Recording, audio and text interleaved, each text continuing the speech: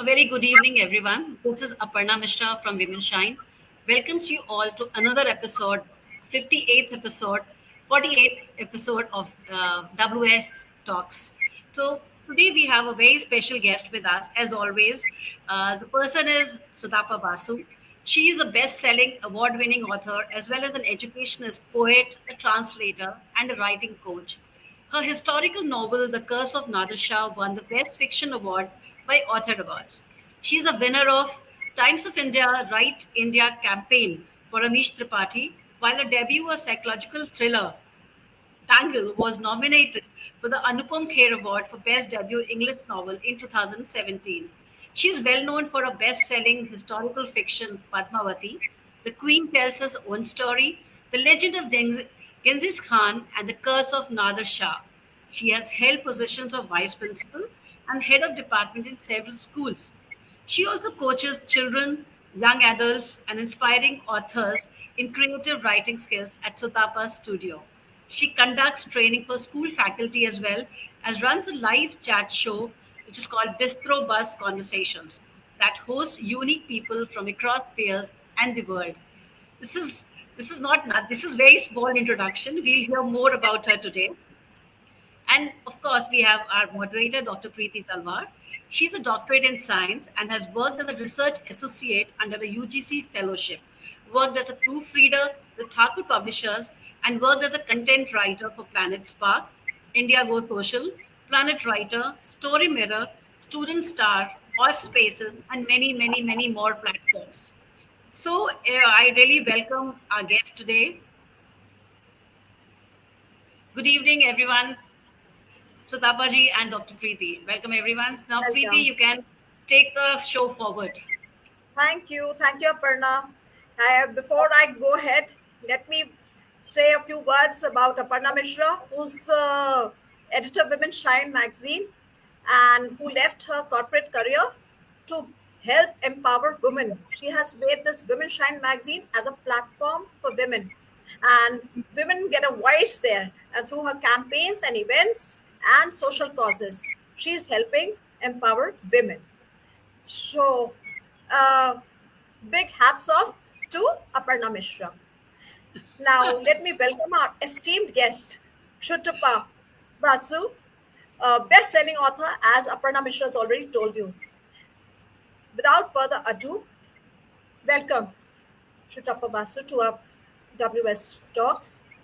First and foremost, I would like to know, how did you get into this writing?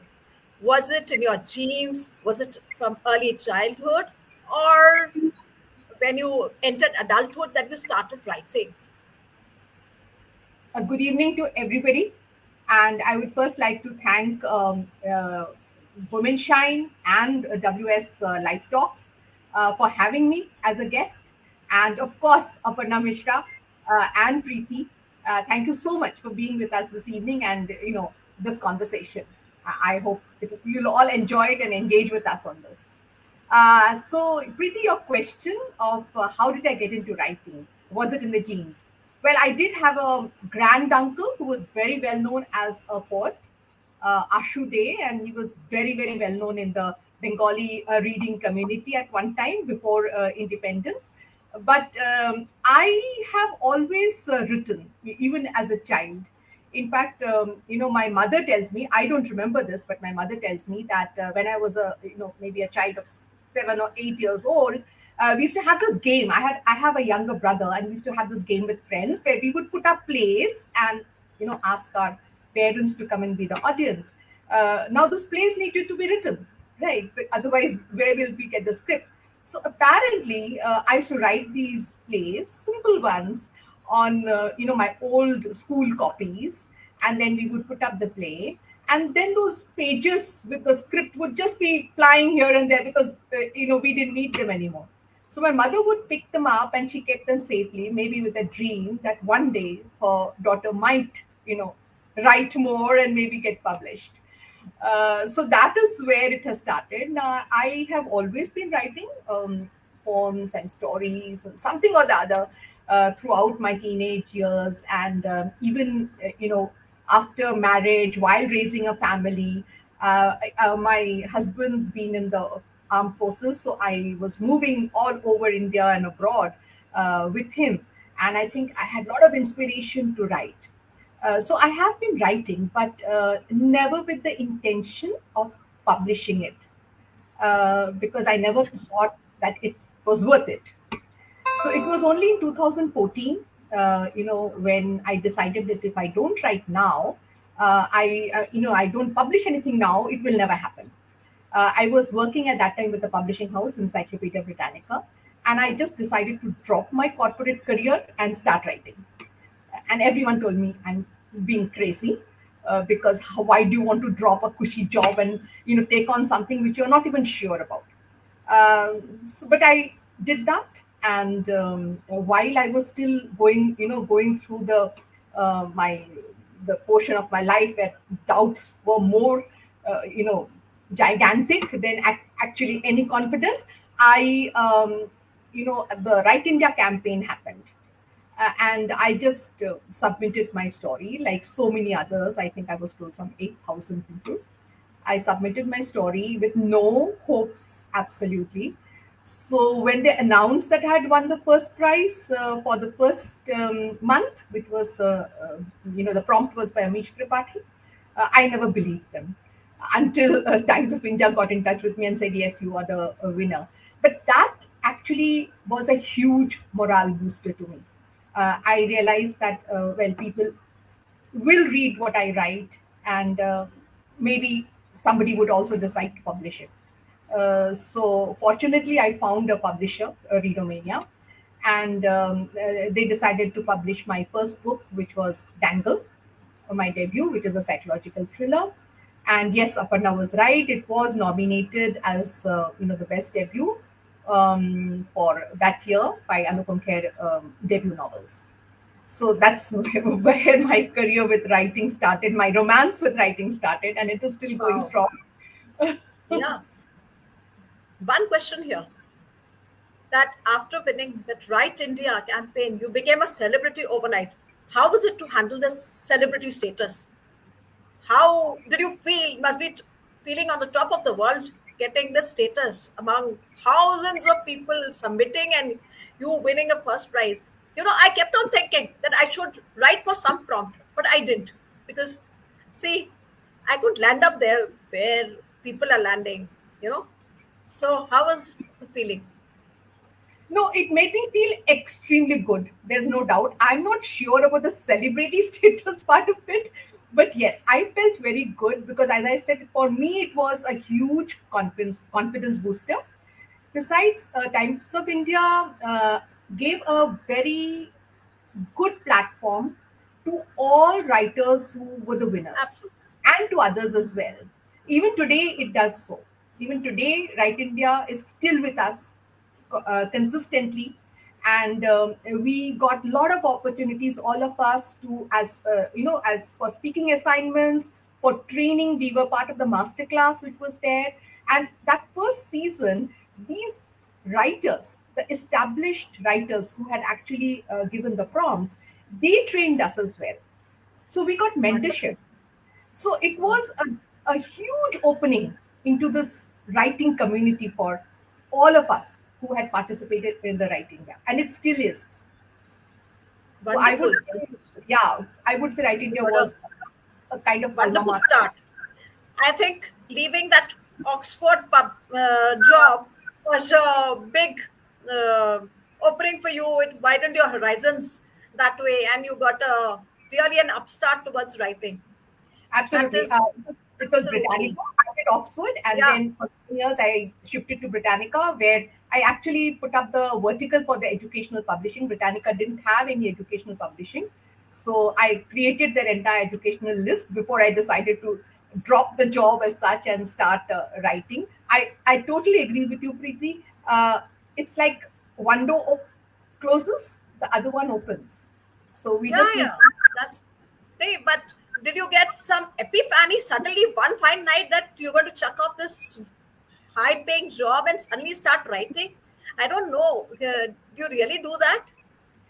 Well, let me tell you what used to happen during the last 1 year while I was still working. I had to travel all the way from Dwarka. uh, I'm in Delhi, so from Dwarka to Mathura Road, and it was a long commute. I had a driver, so I could, I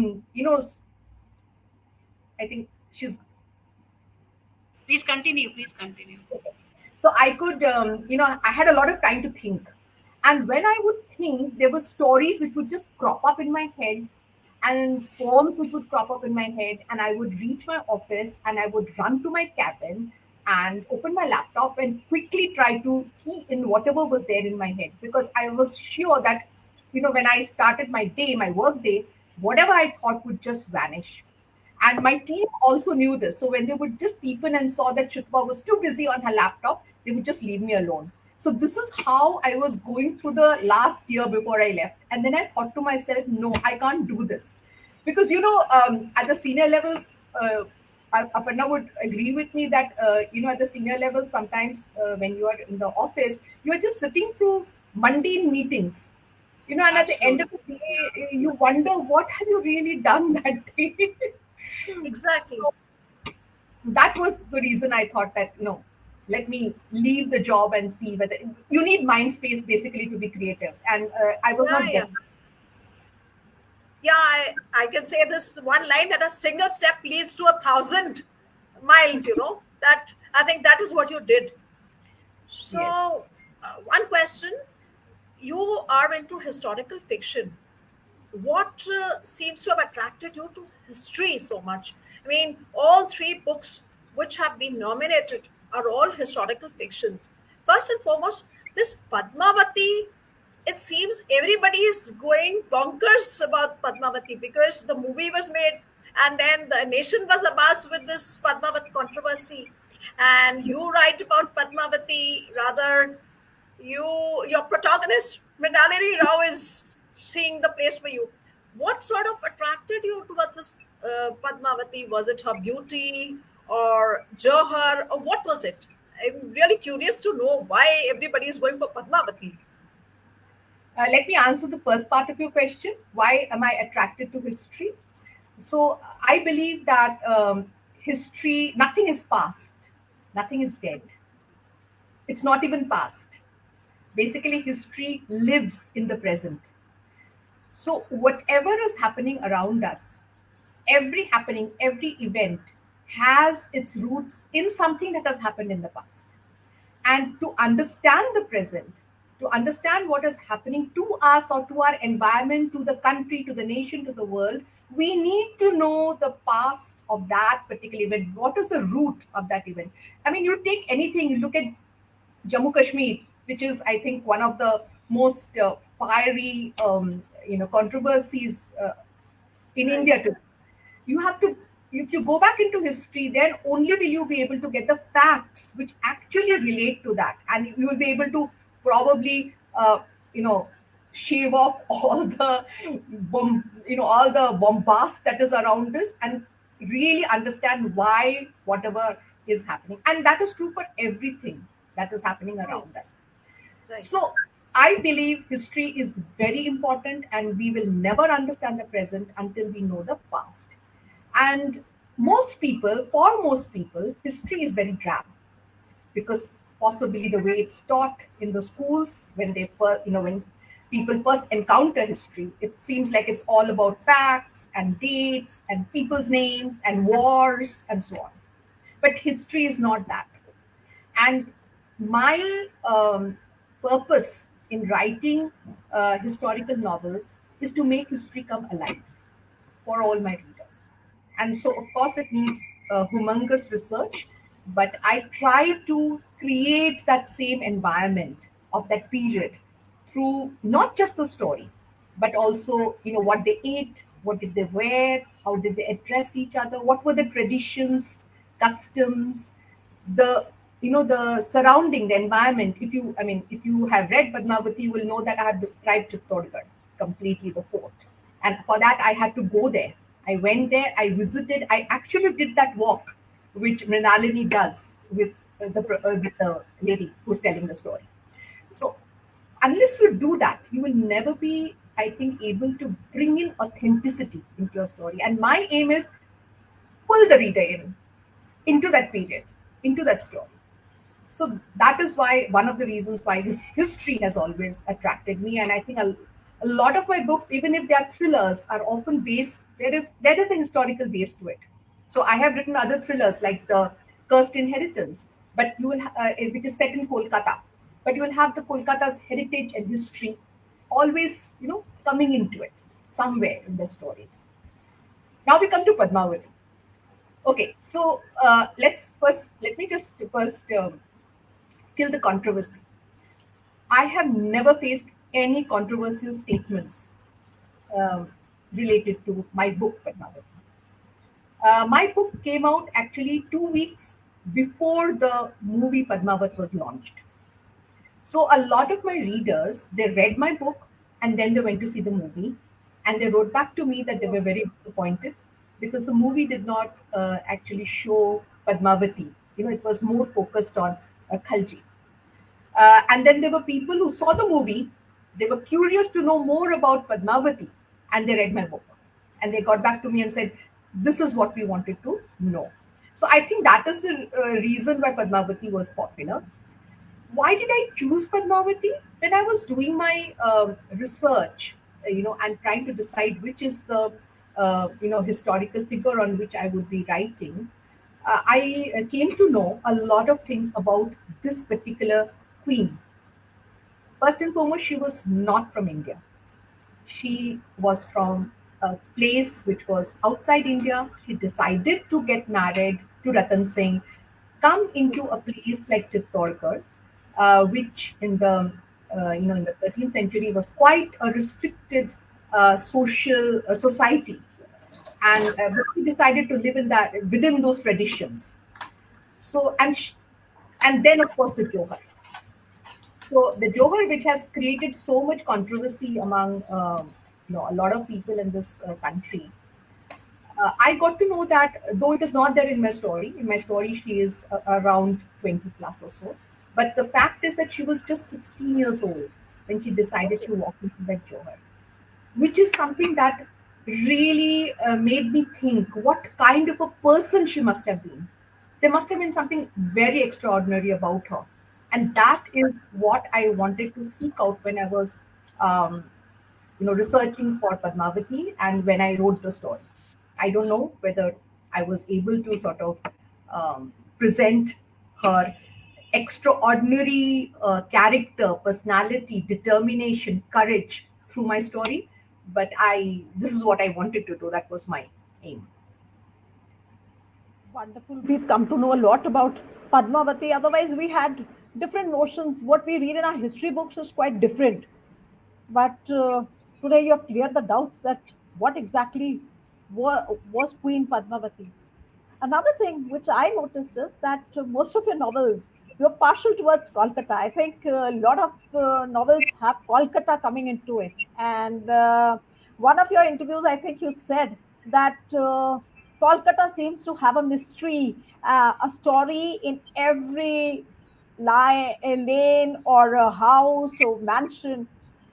And since I have never visited Kolkata, and I think I got a foray into Kolkata reading A Suitable Boy, that is by Vikram Seth, and some snatches of Kolkata was there, and I think that old world charm is there. Do you still have those hand pulled rickshaws or trams? I would love to definitely travel by them. I always, I think for me, Kolkata would be either eating a rasgulla or sitting on a tram.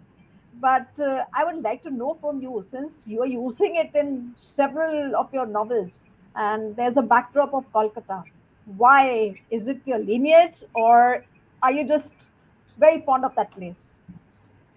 Okay, so you'd be surprised to know I'm a Bengali, Yeah. but again, I'm also, my father was also in the forces. So again, I've been traveling with him. My real, longish kind of stay, we would visit Kolkata, when I was a child, but only for maybe a few days, stay with relatives and come back. The city did not really make so much impression on me. Okay. It was only after I got married, because my in-laws, they stayed in Kolkata. I spent a long time with them. at least 2 to 3 months, I would stay in Kolkata. And that is when Kolkata started to, I would say, reel me in. Okay. And this story, which is like the Cursed Inheritance, I'll show you the book. So this is the book called The Cursed Inheritance, and it's all about this mansion. So the real protagonist of this book is this mansion, not Mansion. the human protagonist. So I usually tell people that when I would be traveling in North Calcutta, I would see these mansions. These mansions were built during the British times, the British India, and there were mansions of zamindars. So these were like the townhouses of the zamindars. They would come and stay there during, the winter season, because that was the season in Kolkata. And and not just the zamindar, he would have so many dependents who would come and stay there. So these mansions were huge, and many of those mansions were very famous for the Durga Puja that was held in the mansion itself. All the family would hold the Durga Puja. So when I would pass these mansions, now of course they are all, most of them are empty, because either the family has already sold it, or they are not living in it anymore. But whenever I would pass these huge, beautifully carved entrances, I would wonder the stories that these stones could tell us, these mansions could tell us. So it was all the time there in my mind, for a very long time. And then I decided, no, I must write a story on this. And that is what this whole book is about. It is a thriller. Wow. This is And it also is, thriller. yeah, it's also a thriller, absolutely. So there's a mystery in this mansion, which is discovered by a very young protagonist.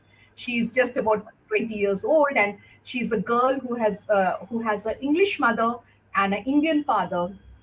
Her parents have died, and she and her brother inherit this mansion. So they come to Kolkata with the idea of selling them. She comes to Kolkata with the idea of selling the mansion, and then she starts living in it. And then how it influences her, that mansion, and the city of Kolkata, is what this book is about. While she discovers a lot of things inside that mansion, which are mysterious, which are full of suspense, there is some paranormal element, there is a Oh, treasure, all that is there. But what I also wanted to bring in is the heritage of this city. What do people of the city eat?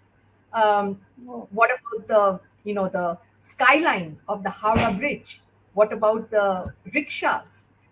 So while the rickshaws are very attractive to us, what about the rickshaw pullers? What about their lives? So these are the things that I brought in. Also, how while people of Kolkata are not very rich in general, but they're extremely literate. So it's on the streets of Kolkata that you will find these huge billboards, which has the newspaper, both in vernacular as well as in English. Each page is stuck on those boards. And in the morning, you will find the milkman and the householder holding his morning shopping of vegetables and fish, standing there and reading the newspaper. So the wow. newspaper on those billboards is actually completely democratic. So these were the Okay. things that I have described in this book, The Cursed Inheritance. And to a great extent, my purpose was that when young people read this book, they will love the mystery in it. But at the same time, it doesn't matter whether they have been to Kolkata or not, but they will start looking also for the heritage of their own communities. Right. So I've described, something called mamlet, which is actually an omelette made on a in a wok, in a Okay. kadhai. Okay, nothing special. But then I would think that maybe a Punjabi boy would go and ask his grandmother, why is chana bhatura such a special dish for Punjabis? Is there a history behind it? And therefore discover the heritage, our regional heritages, which are so rich, because our young people are looking always to the Western countries for Right. inspiration. Right. When we have so much, such a rich heritage, such a Right. rich history, why not look for inspiration inside our own country? Wonderful. I think if I'm not wrong, one of your interviews you have described that you wanted to be the next Agatha Christie. Am I wrong or am I right? She's Because it is all about mystery, history, and thrill. she has been one of my most popular and Mine favorite also, authors. and I'm still And I reading her, love these books. and I I love also love. Agatha Christie. Yeah, I also love. and even And I watch these things only the mystery. I yes, really love all these things. Yeah. yeah. I mean, I think Agatha Christie is all-time favorite. I'm still reading one, so it'll never go out. And I think she's doing a lot of justice to that. In fact, Maybe, actually, my favorite reading genres are thrillers, mysteries, and history or yeah, historical novels. So even in my historical novels, whether it is Padmavati or the Curse of Nader Shah or the Legend of Genghis Khan, there is a thriller element. So if you read it, you will find that there is something that is mysterious, something that needs to be yeah. discovered.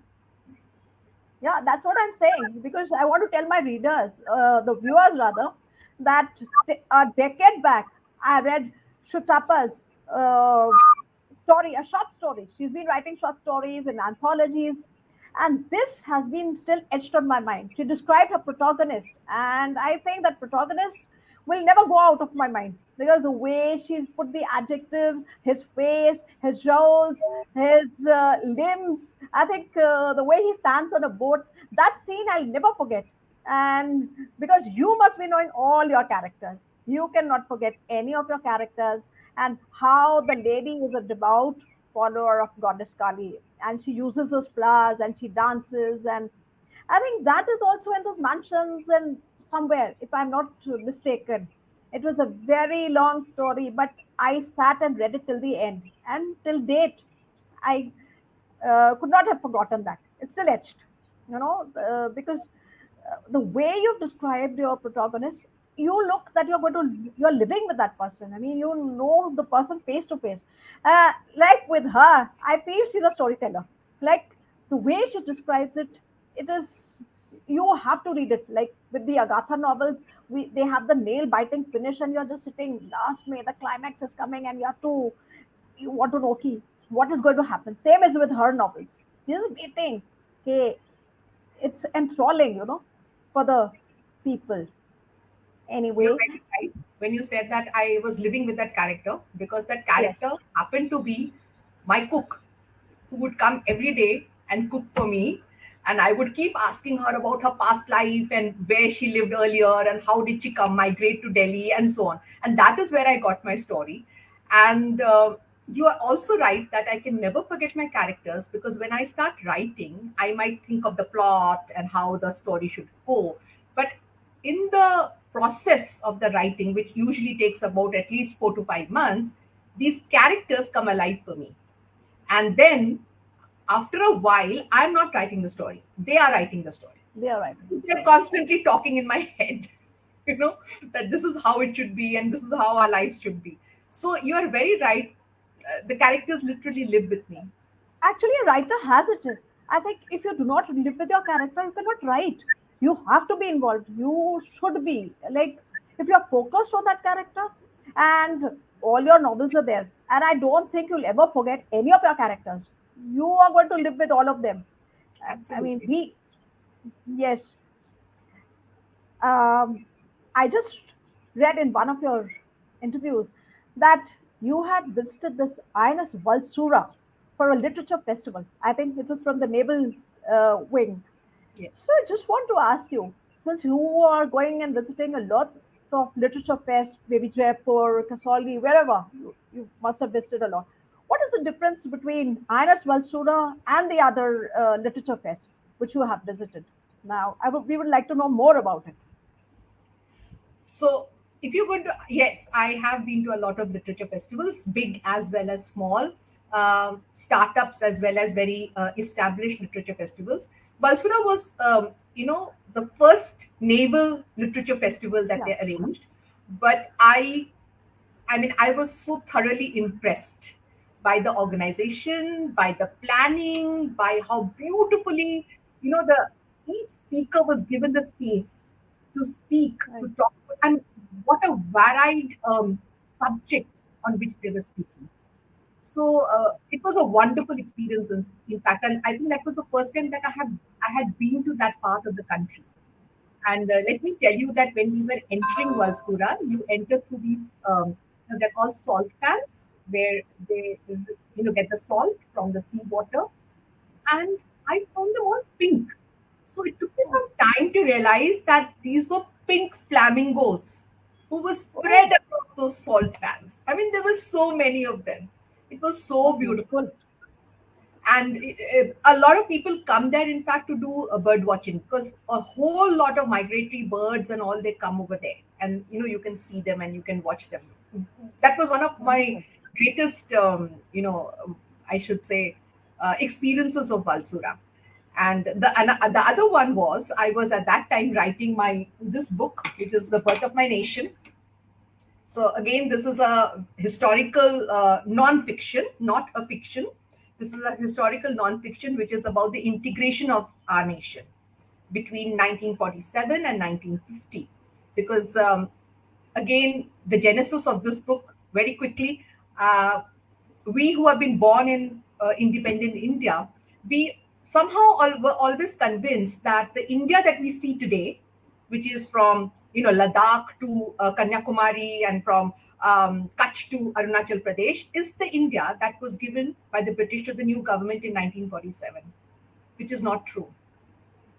So they only gave 60% of this India that we know today.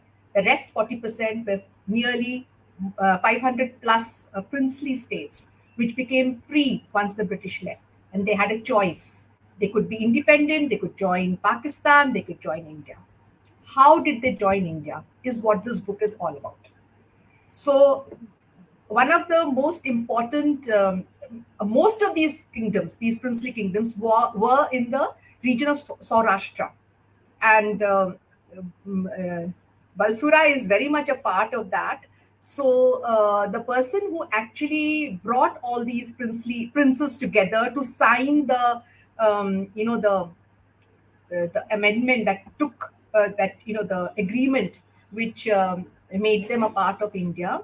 So his palace, that ruler's palace, is there in Okay. near Valsura. So that was another beautiful thing that I could visit. I could actually see, because I love to, while I do a lot of research through books and archives, and this really needed a lot of research, because every state had to be researched. But I was so happy to visit actually the place physically. So it was a different kind of an experience for you Absolutely. compared to the other lit fests that you visit. I wanted to know that do you find any difference between print publishing, since you are a publisher and you get things published, print publishing and digital publishing? Because during the pandemic time, was it possible for you to work or you also went into digital publishing? Do you find anything worthy with the digital publishing, or is it similar? What pros and cons would you just say? So, if you want to know what are the advantages of print publishing over digital publishing and vice versa, so what I would say first is that both of them are fine. Print publishing as well as digital publishing, both are equally good. I mean, you can go in for either of them, any writer. The only difference is that in print publishing, you are very sure that your writing will have a very good So, editorial work done on it. A lot of digital yes, publishing, I mean, you can always hire an editor and get your book edited, but a lot of writers who go in for digital publishing believe that they don't need to do so. So what is the consequence of that? At least in India, this is not so in the rest of the world, but in India, what happens is the books that are now being published under digital publishing are often extremely, the quality of their writing or the language or the story is pretty poor. So then only a certain reading audience would pick them up. right, Maybe not right. readers who are fond of uh, good writing, good language. They may not pick up those books which are in digital publishing. On the other hand, Right. a lot of print books are also there on Kindle, so that a reader has a choice. They can pick up the print book, or they can read it on Kindle, or listen to it on Audible. In fact, my books, Padmavati and Genghis Khan, are all there on Kindle as well as on print as well as on Audible. And most of my books are on Kindle as well. And as you just said, that during the pandemic, those 2 years, publishing Yeah. had stopped because, of course, because of the lockdown, and also selling of books had stopped because books were a non-essential commodity and they were not allowed to transport them to Right. any other place. So that was the time when I did publish both my two anthologies. In fact, one is the Tales with a Twist, Out of the Blue, and the second one is the Anatomy of Affection. Two anthologies. I published them on Kindle, but they Wonderful. were made sure that they were edited very well. Yeah, because when we read, there are a lot of typos on these particular whether it because that is one thing that is overlooked. I think only thing is that the common man is easily now able to publish his or her own books, which was very difficult earlier. I think that is the only one difference. True. We see that you blog also, right? And it's called as Itchy Feet. Why this name is Itchy Feet? Because I love traveling. Yeah, So I my was thinking you have a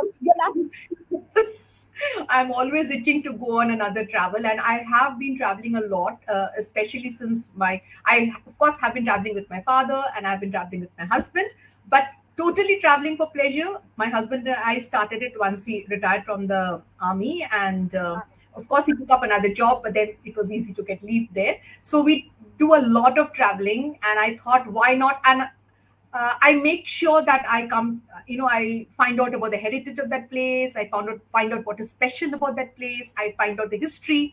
If you see my recent one, which is from Ladakh, we stayed in a place, in a fort, in Zorawar Fort, and I found out the history of that place. And so I felt, why not put it, somewhere out there for everybody to see? Like I say on Itchy Feet, that I'm putting it out there so that I hope it inspires you to travel to these places as well. this is good. And we will also learn a lot about the heritage and the culture of that particular place. Then you are a person, I think, with all kinds of gifts, rather, because you're donning a several hats. One is your chat show called as Bistro Buzz. What is it Yes. about? Please tell our viewers because it's so lyrical. How did you get this name, Bistro Buzz? Would like to So know Bistro is how basically, was its origin. uh, yeah. So Bistro is a kind of a chat show, a very casual chat show like we're having right now.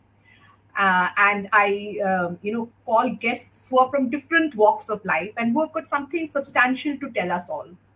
So they could be writers. In fact, I think I called also the person who headed the research unit for COVAX. So he was also Okay. there. So different kinds of people. I love talking to a lot of different people. So why not have them in a conversation and engage other viewers, and let them ask questions as well. So there are a lot of questions which often come on my Bistro Buzz conversations. That is wonderful. I mean, to know that you love networking. I think this networking helps you put your characters also live, Absolutely. I suppose. Yes. Yes. I get a lot of my characters also from these, these interactions that I have. Historical True. fiction. I am a bit curious. You write for kids also. You write for children books. How do you keep on changing from adults to kids? Because it needs a lot of research to come down to a child's writing. So, what inspires you to write for children? I think, I have spent 25 years teaching children. So before I joined I started my publishing career, which was again the next 20 years. Before that, I was teaching in schools, and I have taught children who are as young as 6 years old to children who are as old as 18 years old. So I have always been very attached to children, and I have while you teach, you need to get into the minds of those children. So you can't teach a 6-year-old the way you would teach a 18-year-old. So you need to know what their interests are, what their opinions are, what is it that would engage them, what is it that would attract them. And storytelling, of course, at every age is the best engagement that you can give Best one. any child. Right. So I have Right. been Right. writing a lot of stories for children, which I would, sort of tell them in the classrooms. And then I thought, why not put them all together? So I have written a lot of stories which have been published in textbooks, in English textbooks, which are being prescribed all over India, even today in schools. And I remembered my own childhood. So any Bengali, if you ask them, they will tell you that this name is very, very known to them. The name is Thakumar Jhuli, which is a collection of folk tales and fairy tales set in Bengal, written 100 years ago. So this is the person, Dakshina Mitra Majumdar. This is the name. He was a zamindar, and he heard these stories from his grandmother and his mother. And then he would, when he grew up and he would, go around in the villages of his zamindari. He heard the same stories being told to him by the people from those villages, and he decided why not collect them and write them down. And so he wrote the Thakuma Chuli. Takuma means grandmother, Julie means bag. So grandmother's bag of stories. The foreword for the story has been that the collection has been written by Tagore, and Okay. in that he says that when those stories came out, that was a time when the freedom movement was at its peak. So Tagore wrote that I like this engagement that you're doing with the young people of our country, so that the love for our nation is born in their hearts as young as that, so that they can take part later in the freedom struggle for our country. For the very same reason, I translated the stories. So I had heard these stories related to me by my grandmother when I was too young to read, and they had always been in my head. So I always, this was a dream that I wanted these stories to go into the world, so even children or adults who don't know Bangla would be able to read them. And that was the reason I translated the stories, and I call it Princesses, Monsters, and Magical Creatures. So I would, when you're talking about Wow. how difficult it is to, move from stories written for grown-ups to Huh. stories written for children, this book proved it to me, because I thought I'm a Bengali, I can read Bangla, and I can read English or write English. So it would be cakewalk, but it was not. It was very challenging, because both these languages are very evolved languages, but they have their own nuances. They have their own lyrics. They have their own pronunciations. So I had to really work very hard to translate into English from Bangla, but retain the ambience of the original stories. So yes, it is tough Wow. to write for children. Yeah. Because, but you have managed to put your I finger try. into a lot of these things, right? No, but I think you should have been at a time when we were studying history, because it used to be quite boring at that time. You just learn those dates, memorize them. We would parrot them rather, and that was what history was for us. But like you have started telling us now, it seems to be quite interesting, and I think it should be taught this way, so that children get a hang what history is all about instead of finding it so boring. That is one reason that children hate history. Most children I have met find history very boring. That may be one reason. Uh, So I anything, usually take a anything? lot of Yeah. workshops in the schools, which are the name of the workshop, title of the workshop is History is an Adventure. So I try to show them how history can be an adventure. Okay. Do you take workshops for adults also? I mean, do you have a writing workshop for adults also? Yes, I do. If I do. I, our viewers want to join, yes, I'm sorry. Can you please repeat the question? please. I said, do you have workshop for adults also, like on creative writing? anything like Yes, I tips do. on how to write a novel or a book or a story. So what's up? So do you post that workshop?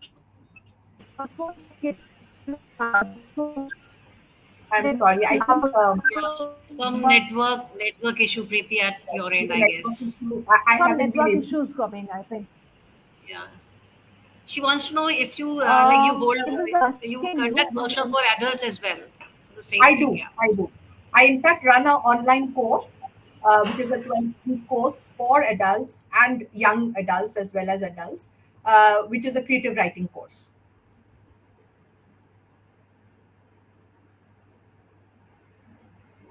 It's a part of my Sutapa Studio training workshops. Okay, okay, okay. So at if any our time, if you audience, come across, yeah. So yes, yes. According to the workshop, like whenever you plan doing this, do let us know so that we can also share with our viewers, and we can also like people can join yeah, from Shine as Absolutely. well. Yeah. Absolutely. I'll do that. any tips you would like to share for with our viewers how they can write, I mean, regularly, since you are addicted to writing and a lot of people are coming into this line and they want to write, they want to publish their own novels and books. Please share the tips so that we get a leap out of your life. So I think the most important thing is that you should have confidence in your own writing. So write for yourself first before you start writing for people to read. The second thing is that take your writing seriously. It's not a hobby. You need Right. effort. You need a lot of time that needs to go into it, and you need to discipline yourself accordingly. I usually tell during my online courses, I usually tell people or aspiring writers, try and write every day. So even if you're writing 100 words or you're writing 500 words, try and write every day. Very true that some days you will write beautifully, the flow will come, without even thinking. And some days you will struggle to write. But still, you must have that discipline of writing every day. The third thing that I say is that always check your own writing, rewrite, edit your own writing before you even take it out for anyone to read. Because Right. when you give something that is not well drafted or not edited, the hiccups that happen while you write usually puts off the reader. Right. So sometimes writers believe that they can just send the manuscript as the first draft of the manuscript to the publisher. But if the publisher starts, navigating through those hiccups, after a while, he will just keep the manuscript aside. You will not read it. Right. Any of your forthcoming releases? We would all like to know what is your next, which Mhm. genre? So I usually don't talk about my work in progress. There are two books which are expected this year. When they come out, you will get to know them. But what I want to say here is that I have written historical novels, I've written children's literature, I've written nonfiction, anthologies, poetry, and thrillers. And I'm always looking for new genres to write in. Because what I believe is that every genre has its own parameters. And when Right. I have to uh, create within those parameters stories and write them, I have to refine my own craft. I Right. can't write this historical novel the same way as I write a thriller, or write a book for children the same way as I would write a book for grown-ups. So putting that effort in, trying to traverse those challenges, I believe I refine my craft even more. I refine my skills of writing, my language, my thought process, my creativity. So I will try to That is write as in as many genres possible. that is wonderful. We wish you success in all your future endeavors. And since time is running out, we have a paucity of time. We would have loved to carry on. We must wind our show. Thank you so much for enlightening us about your novels, your work, and the tips. how we should go forward. I have to thank you once again. And let's tell our viewers, keep waiting for our next episode. We will be back with another author. Till then, you must take care. Now it's over to my host, Aparna Mishra. Aparna, over to you. Thank you so Thank you much, so much. Preeti, and thank Thank you, you. Sutapa. It was very interesting session. I really want to I wanted this to continue. It really is such a Yeah, wonderful session, and she can ask you questions. I can keep answering that. It was really interesting because you write into so many things. Different type of uh, what I we can would have say loved to taste to carry that on. particular thing. Yeah, it was actually very different thing. So it was very lovely. And of course, thank you so much for taking out time. And it was like 50-minute session. I think it's really good, and we could really. It was thank you so much, and thank you, Preeti. Thank you, You're always Aparna. there Thank to you, keep in time. Sutapa. It's been Yeah. wonderful Thank having you on the you show. very much, Womenshine. Thank you, Parna. Thank you, Preeti. It was a very, very delightful chat. Yes. Thank you. It's Good been Thank you. evening to wonderful everyone. having you on the show. All right. Thanks. Thanks. Thanks.